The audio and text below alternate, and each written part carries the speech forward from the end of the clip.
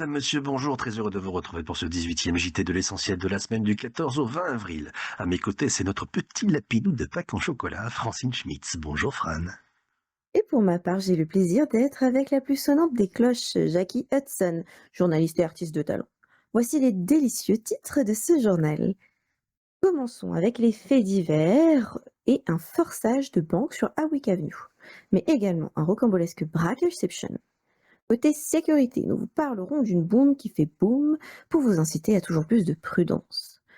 Vous seriez déçus si nous n'en parlions pas, donc voici nos sujets politiques. Les gouvernementales ont battu leur plein et la mairie Sud nous a conviés à une de leurs allocutions à la population. Citoyenneté à présent avec une manifestation des entreprises en colère, mais aussi sur une note plus légère, il y a un nouveau parking payant en ville. Nous finirons, comme bien souvent, avec le côté événement en parlant cloche, lapin et chocolat. Et on commence ce journal par un premier fait divers un peu inhabituel concernant un braquage de banque. Le 16 avril au soir, aux alentours de 21h, s'est déroulé un braquage de banque un peu spécial. Le moins que l'on puisse dire, c'est que les 4 braqueurs appartenant au groupe de la Mano la voulaient coûte que coûte. Alors qu'ils avaient avec eux 4 otages, il ne leur aura fallu pas moins de 4 tentatives pour forcer son coffre. Bien que les négociations se soient bien déroulées et les otages libérés sains et saufs, ce n'est pas le cas de la course-poursuite qui se terminera par l'arrestation de l'ensemble des individus. Et 4 braqueurs, 4 otages, 4 tentatives, le moins que l'on puisse dire, c'est que le chiffre 4 n'est vraiment pas le chiffre porte-bonheur. Deuxième fait divers du jour, avec une deuxième banque que nous avons appelée la banque de l'Inception. En effet, le 19 avril, la banque située en 71-85 se fait braquer. Jusque-là, rien de différent d'habitude, me direz-vous. Sauf que, comme nous le disions dans notre flash, si on avait proposé ce scénario à Hollywood, l'industrie du cinéma l'aurait qualifié de too much. Au départ, 3 individus s'infiltrent dans la banque en emmenant avec eux 4 otages.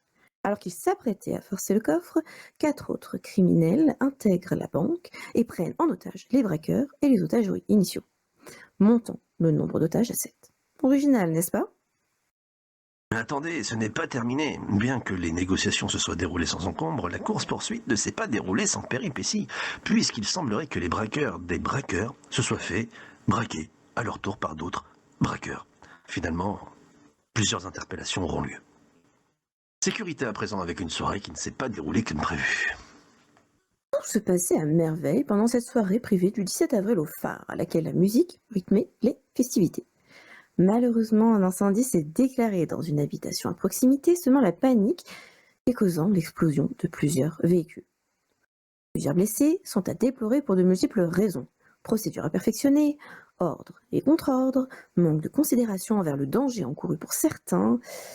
Un communiqué publié par le syndicat de la SAFD dénonce ces comportements de façon pour le moins condescendante. Qu'un rappel soit nécessaire auprès de la population est une chose, mais avons-nous vraiment besoin d'être pris de haut de la sorte suite à une malheureuse suite d'erreurs imprévisibles? Ne l'oublions pas, la sécurité reste l'affaire de tous et chacun. Même une petite action peut y contribuer grandement.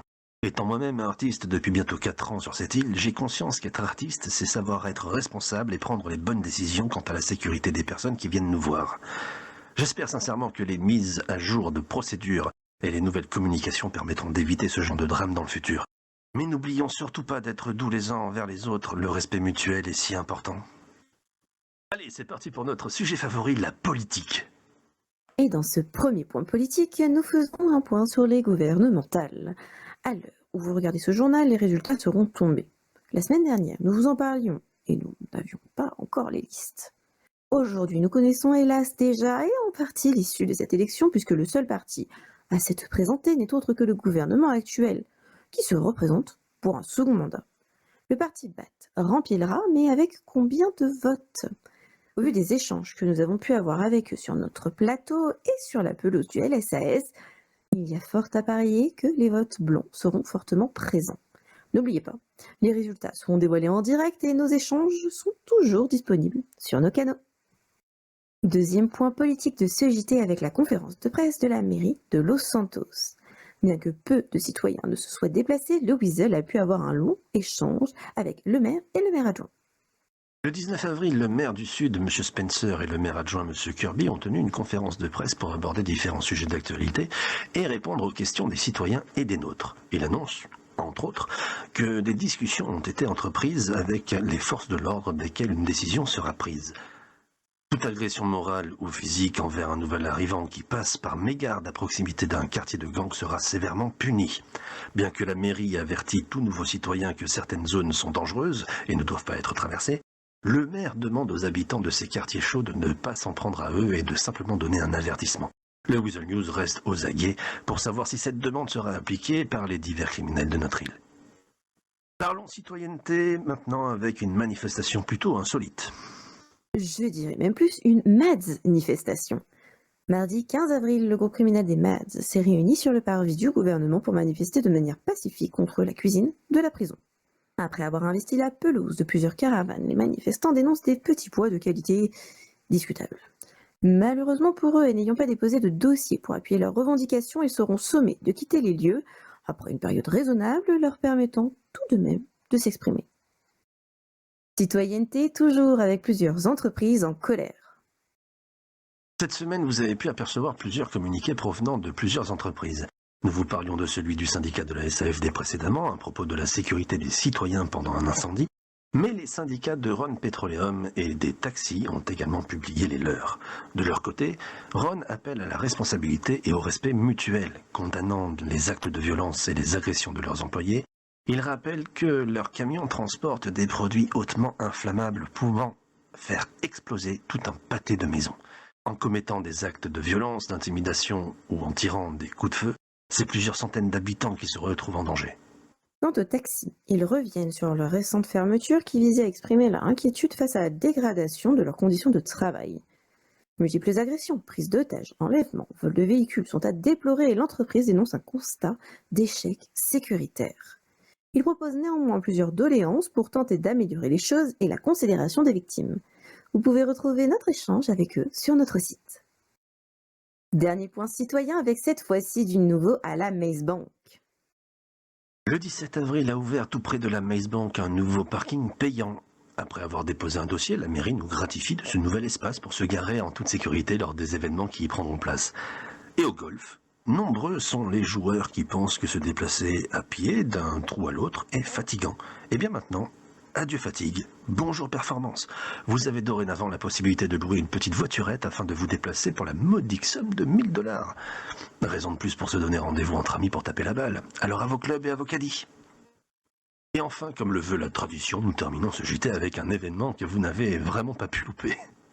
Cela ne vous a pas échappé, nous sommes au mois d'avril. Généralement, il ne faut pas se découvrir d'un film, mais c'est surtout la période de Pâques, où le bonheur se résume en lapin au chocolat. Vous les aurez sûrement remarqués, ils sont de partout, dans nos campagnes, mais également dans chaque entreprise, aux 4 coins de l'île. Découvrez dans notre article sur notre site internet leurs différents petits noms mignons. Madame, monsieur, c'est la fin de ce journal. Nous vous remercions d'avoir suivi ce numéro de l'essentiel de la semaine, ainsi que pour votre fidélité hebdomadaire. Vous pouvez à présent reprendre une activité normale, comme par exemple manger vos meilleurs chocolats. Mais attention, faites attention à la crise de foie. Quand on mange bien, il faut penser à bien boire aussi. L'avènement des mojitos, spritz et autres merveilles approchent. Mais le c'est bien hein, aussi de temps en temps. Bon, restez fidèles à vous-même, mais aussi au Weasel News, premier sur l'information.